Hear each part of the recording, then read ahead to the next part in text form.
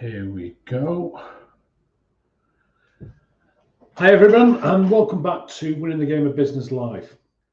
Now, the famous business management consultant Peter Drucker said, "Culture eats strategy for breakfast.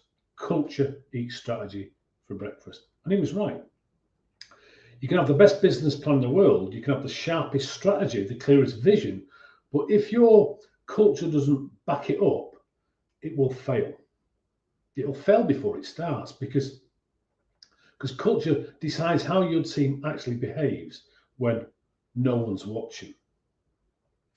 So today we're talking about the rules of the game, or your points of culture, the non-negotiables that define how your team plays to win. Now, if you ever wonder why some people thrive in business and others crash, this is the reason. Because culture isn't the poster on the wall or the our values section on the website. It's what your people do, say, and tolerate every day. It's the tone of the room when a mistake happens. It's how a manager talks about a client or a customer when they're not in the meeting. It's the level of energy you feel when you walk through the door. And the truth is, every business has a culture. The only question is, did you design it or did you just inherit it? And here's the trap that a lot of companies fall into. They pick aspirational values, the nice to haves, things they wish were true, things like integrity, teamwork, excellence.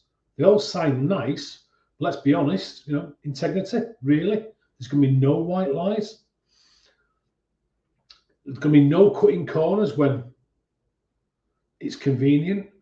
And the truth is, a value that isn't lived, that's just wallpaper. And the real power of values is in the behaviors that they drive. It's not what you say, it's what people can see. You don't need a PowerPoint presentation. You need examples that your team, your customers, and even your suppliers can recognize. Now, Momentum Performance Coaching, we built our points of culture not as buzzwords, but as behaviors that our clients and other people can spot. So let me give you ours as an example. So first up, we've got congruence. We practice what we coach. If we work with clients to track cash flow weekly, then we do it. Our clients can feel it. That's congruence. Second point of culture is learning. To be the best we choose to be, forever the student. We're always reading, testing, refining, because ego kills progress. Curiosity drives it. Our third point of culture is results.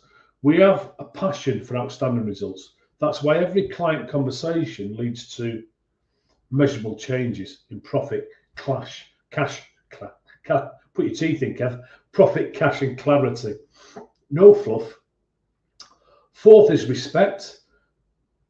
We treat everybody with respect. We're in the business of building long-term, meaningful relationships with both clients, partners, and even our competitors. And then we have fun. We love what we do and it shows, because for me, energy is contagious. You can't expect clients or teams to feel excited if I look like I'm suffering. Now, each one of those values isn't a slogan, it's a standard. And I tell our clients and our team exactly how we're going to play the game.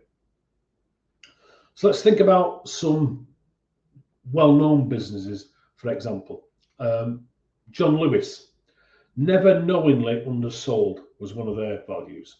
Now, for decades, that wasn't just marketing, it was culture. Staff were trusted to price match on the spot. Another would be innocent drinks. I mean, their playful tone, that's not just a gimmick, it's a reflection of the fun and human values, from the copy on their bottles to their internal meetings. Everything's consistent. Another great company is the Timpson Group, who have upside down management. They trust frontline staff to make decisions, and they even hire ex-prison offenders, because their core value is trust. Now, None of that happens by accident. Those companies wrote their culture rules and then lived them. And they make a huge difference to the success of those companies. Now, you might be wondering, how do you create yours, or how could you create yours? And to be honest, there's several routes you can take, but for the purpose of this live, I'm just going to give you 3 steps. First step will be to brainstorm what's non-negotiable in your business. What behaviors make your business great when it's at its best? And what behaviors drive you crazy when they're missing? Step 2 is to turn vague words into visible actions. Things that people can see, values in action. Don't just say integrity, write the how. For instance, integrity means we tell the truth even when it feels uncomfortable. Or it could be respect, means we never talk down to customers or colleagues. Fun means we celebrate wins every Friday, no matter how small. And step 3 is then to keep them front and centre. Put them in your onboarding, include them in your one-to-ones, in your performance reviews, in your Slack channels if you have them. Bring them up in interviews. So you could ask, in an interview, you could ask, which of these values do you see yourself living most easily, and which is going to stretch you? That one question is going to save you 80% of hiring mistakes. Also, recruit on values. You can train skills, but you can't train upbringing. And most people learn their values at home. And if they don't match yours, you'll be correcting behavior forever. So recruit for fit, not familiarity. And reward the people who live your values, not just those people who hit the targets. Because if you pay bonuses on performance and ignore behavior, you'll build a toxic culture from the top down, a culture that can well eat itself. So here's a quick way to make your culture points real. Ask your team, if someone watched us for a week, what would they say our values are? And if the answer doesn't match what's written on the wall, you've got some work to do. Culture isn't what you write, it's what they feel. It starts with you, the owner, the leader. You're the loudest example in every room. So remember Peter Drucker's warning, culture eats strategy for breakfast. Because no matter how good your plans are, your people's daily behavior will decide your success. So your culture points are the rules of the game. Write them, live them, hire by them, and reward by them. That's how you build a business where people love to work and customers love to stay. Okay, next time I'm going to change tack a little bit, and we're going to dig into a line from a great book, The Monk Who Sold His Ferrari. I highly recommend that book, by the way. The way you use your time is the way you live your life.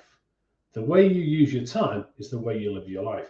We'll talk about how your calendar reveals your culture, your priorities, and your future, and how to take back control of your time so that you can live and lead on purpose.